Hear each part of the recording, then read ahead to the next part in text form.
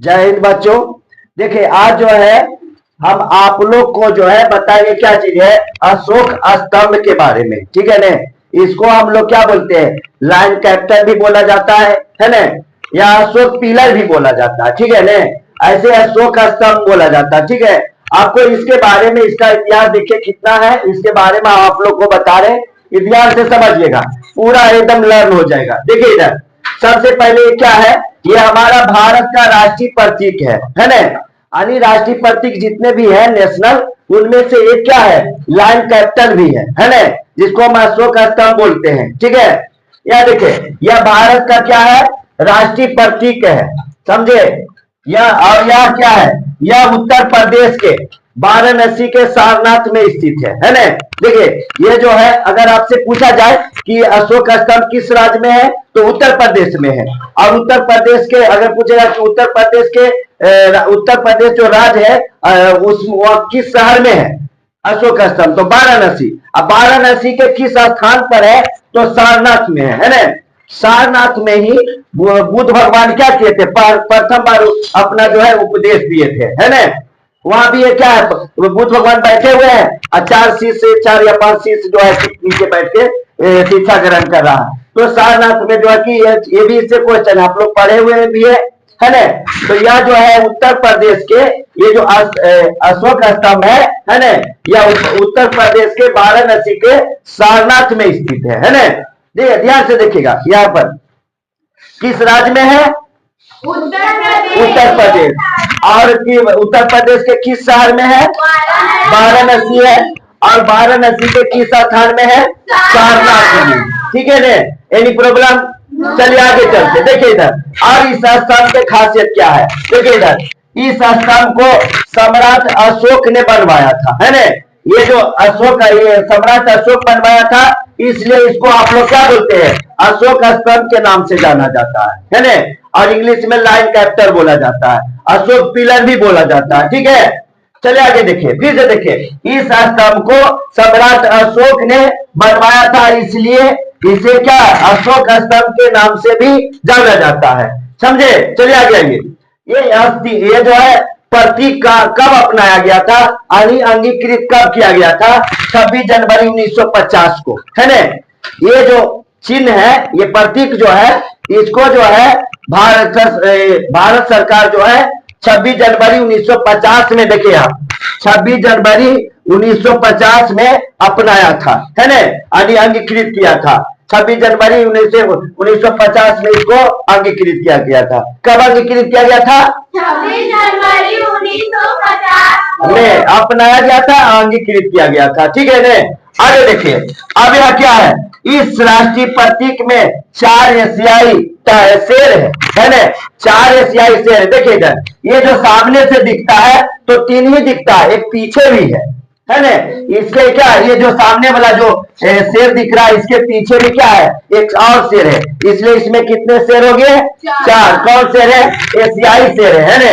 और एक हाथी है, और एक बैल है, और एक घोड़ा है। समझिए बात को, समझिए बात को। देखिए इसमें जो है 4 शेर है, एक घोड़ा है, और एक क्या है, बैल है, और एक हाथी भी है। समझे बात को। इसमें क्या है, अशोक स्तंभ में। अब यहां देखिए, इस स्तंभ के नीचे आदर्श वाक्य, देखिए इसमें इसके नीचे जो है आदर्श वाक्य सत्यमेव जयते, है ना।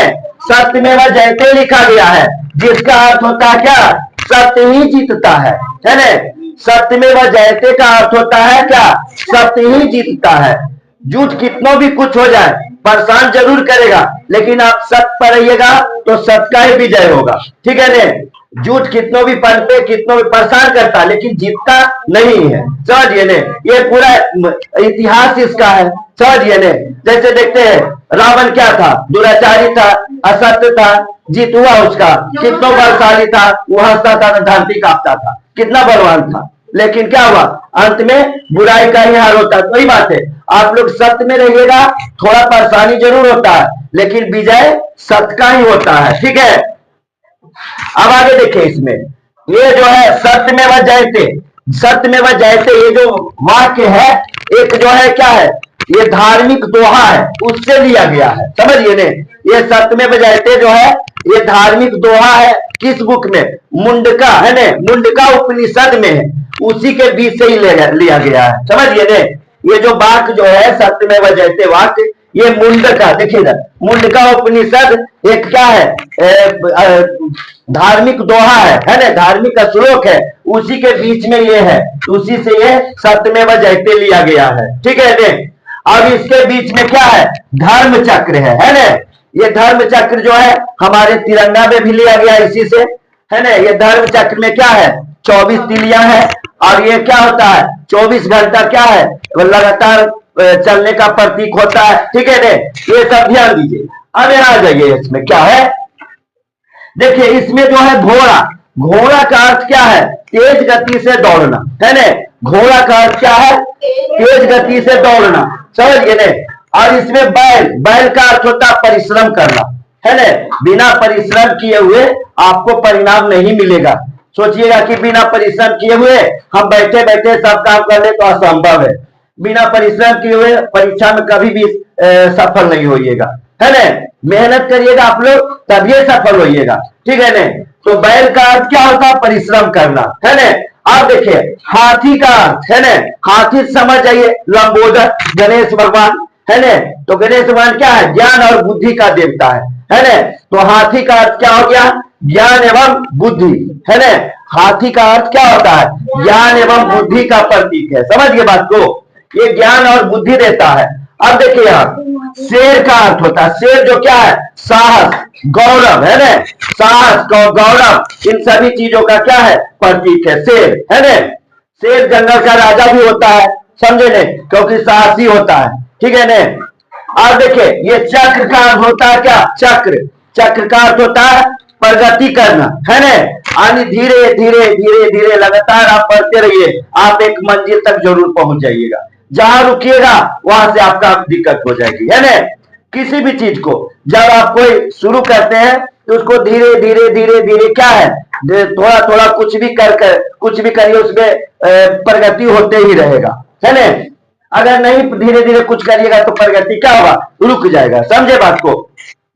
जैसे आप लोग को पढ़ाई होता है, विद्यालय में पढ़ाया जाता है, वहां बहुत सारे टीचर आपको पढ़ाते हैं, अगर उसमें आप उसको घर में आके उसको रिवीजन नहीं करिएगा तो क्या होगा? वो हम आपका जो क्या होगा वहां पर रुक जाएगा, वहां प्रगति क्या होगा? प्रोग्रेस रुक जाएगा, समझिए बात को।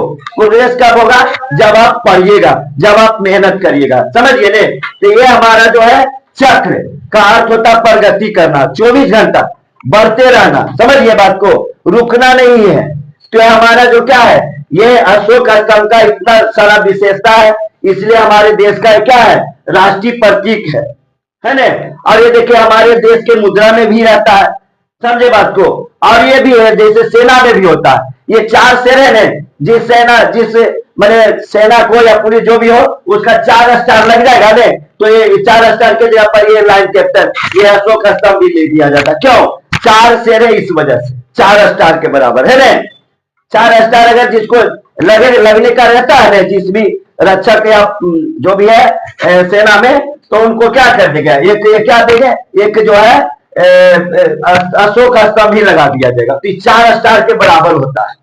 एक पूछेगा आप लोग को कि जो है कितने स्टार के बराबर एक क्या होता है? लाइन कैप्टन होते हैं, तो 4, क्योंकि 4 शेर है ना, इस वजह से 4 स्टार के बराबर होते हैं, समझे आप लोग। तो ये हमारा जो है लाइन कैप्टन का इतना बड़ा जो भी चीज है बताया गया है, और इतना विशेषता है, और बहुत सारा विशेषता है। और इसकी ऊंचाई जो है लगभग 12 से 15 फीट है ना। और एक वैशाली में भी है जो लाल बलुआ पत्थर से बना हुआ है, शायद ये सिल्वर से बना हुआ है ना। ये सम्राट अशोक ने अपने शासन काल में बनाया था। देखिए इसमें और चीज है कि अशोक जब है कलिंग पर विजय पाया था, है ना, इतना उसमें मरा था, बहुत सारे बच्चे बूढ़े जवान बहुत सा लोग मर गया था। उससे क्या होता? अशोक जो है आहत हो गया था, है ना। उसको बहुत दिल में जो है ना, हृदय में उसको एक अलग से भावना हुआ, और वो क्या किया कि इन सभी छोड़ करके और बौद्ध भगवान के शरण में चल गया था, है ना। इसलिए इसको बौद्ध भगवान वहां सारनाथ में बनाए थे ना, ये सारनाथ में है ना। सारनाथ में ही बौद्ध भगवान प्रथम उपदेश दिए थे, तो उसी सिलसिले में ही बनाया है। तो इसको शायद बौद्ध के संबंधित भी कुछ कहा जाता है, समझे बात को। लेकिन आप लोग छोटे बच्चे ध्यान दीजिए, इतना जो बताएं इसको अच्छी तरह से आप लोग जान लीजिए, ये लाइन कैपिटल हमारा क्या है, ठीक है ने, इसके बारे में समझिए ने, तो आप लोग को कहीं कोई परेशानी नहीं होगी, और सभी का अर्थ बता दिए, ठीक है ने। इसमें से जो भी आपका जीके आएगा, क्वेश्चन आएगा, तो हमारे ख्याल से सोल्व हो जाएगा, ठीक है। तो आप लोग को समझ में आया होगा, है ने। और आप लोग को भी वीडियो पसंद आए तो ज्यादा से ज्यादा लाइक शेयर एंड सब्सक्राइब करें। धन्यवाद।